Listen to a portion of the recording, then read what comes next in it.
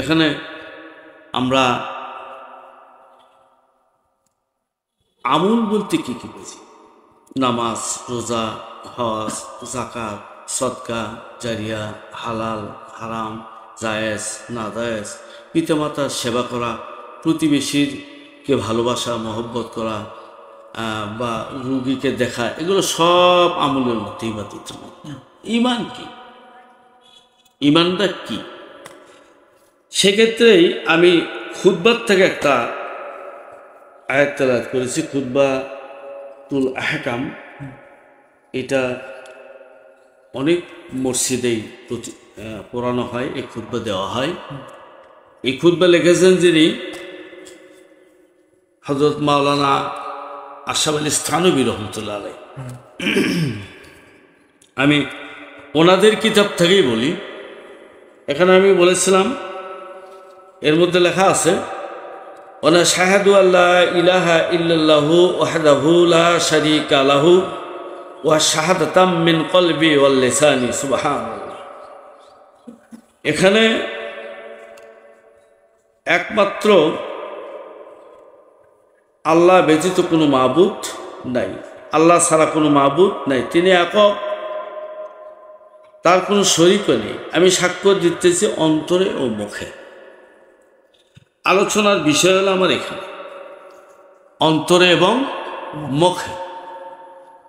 এখানে এটাকে তাফসির করতে যে বিভিন্ন তাফসির কারকেরা বিভিন্ন আঙ্গিকায় তাফসির করেছেন। বলা হয়েছে যে তুমি ঈমানদার কখন হবা, ঈমানদার কখন হবা, কোন সময় হবা, কি কাজে, কি গুণে, কি বিষয়ের উপর তুমি ঈমানদার হইতে পারবা, সেই বিষয় নিয়ে আলোচনার বিষয়। এখানে বলা হয়েছে যে শাহাদাতাম মিন কলবি ওয়াল লিসানি, শাহাদাতাম মিন কলবি ওয়াল লিসানি। এখানে আমরা সাক্ষ্য দিচ্ছি অন্তরে ও মুখে। অন্তরের কথাটা তো প্রকাশ ঘটে মুখ দিয়ে, কি দিয়ে? মুখ দিয়ে। লিসান, লিসান শব্দের মূল অর্থ জিহ্বা, আর কথা উচ্চারণ তো সাপ্লাই দেয় জিবে, জিহ্বা নাকি? জিহ্বা কথায় সাপ্লাই দিচ্ছে। তা এখানে বলা হয়েছে যখনই কোনো বান্দা বলবে যে আমি মুখ দিয়ে বলেছি, অন্তরে বিশ্বাস করেছি, আল্লাহ বলেছেন, তাফসির কারকেরা তাফসির করেছেন যে ওদেরকে, তারা যেন নিজেকে আমান্না না বলে, ওরা যেন বলে আসলাম না, ওনারা যেন বলে আসলাম না। তাহলে আমান্না, আসলাম না থেকে আমান্না কখন হয়? এরপরে আমুল, এরপরে আমুলের সলে। আমি ওগুলো পরে আরো দীর্ঘায়িত লম্বা আলোচনা, শুধু এই কথার উপরেই খুব সংক্ষিপ্তভাবে আজকের আলোচনা একটু করার চেষ্টা করব।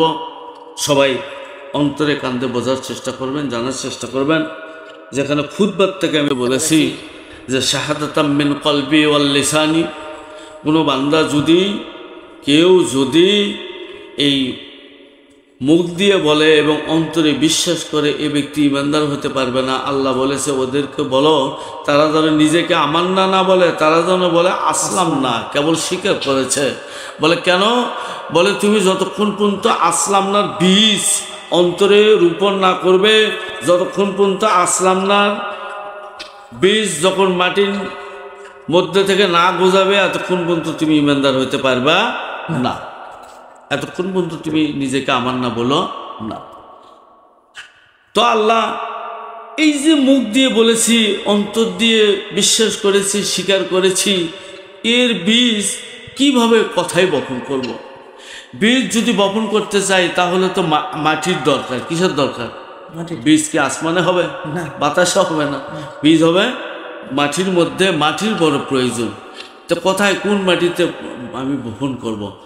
আল্লাহ বলেছে যে সব মাটিতে তুমি বপন করলে হবে না, সব মাটিতে যদি রোপণ করতে চাও তাহলে এই আসলামনার চারা গোছাবে না।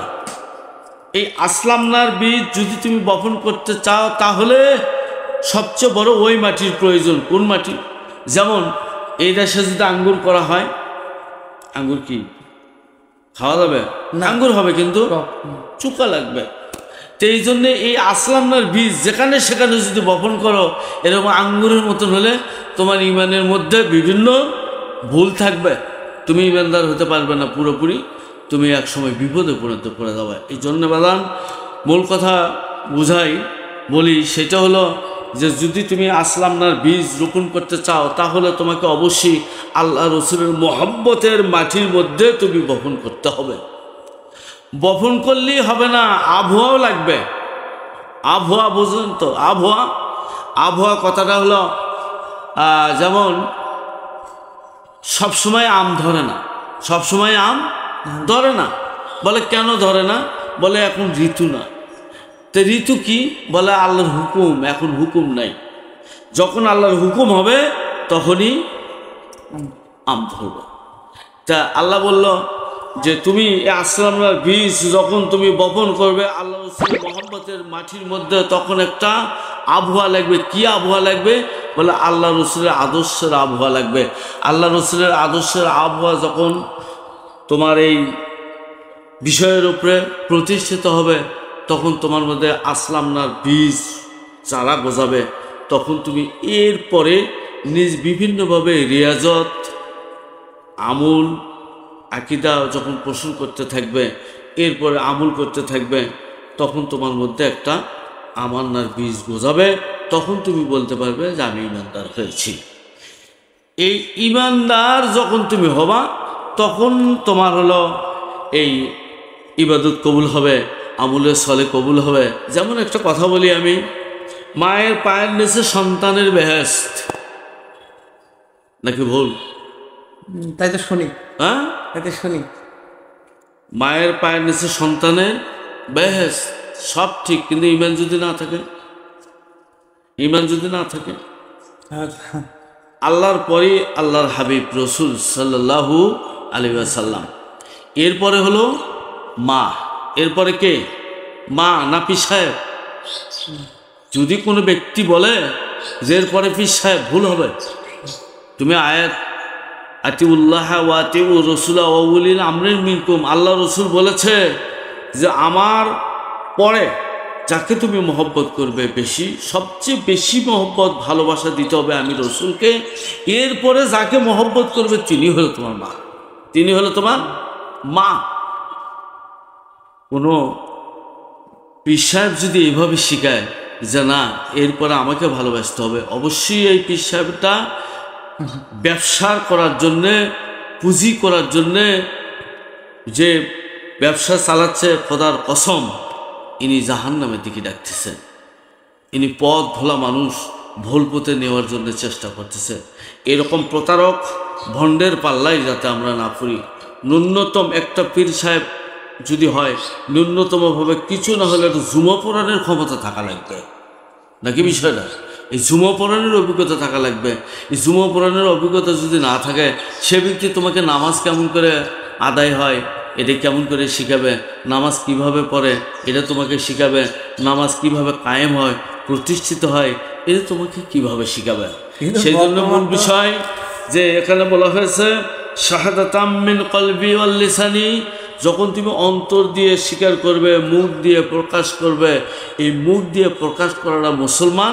আর অন্তরের মধ্যে এই আকীদার বীজ যখন তুমি বপন করবে, চারা গুজাবে, বিভিন্ন আমল, ইবাদত, রিয়াজত, বন্দেগীর মধ্য দিয়ে নিজেকে সত্যের রূপে আমান্না হিসেবে প্রতিষ্ঠিত করতে পারবে, তখনই তুমি ইমানদার।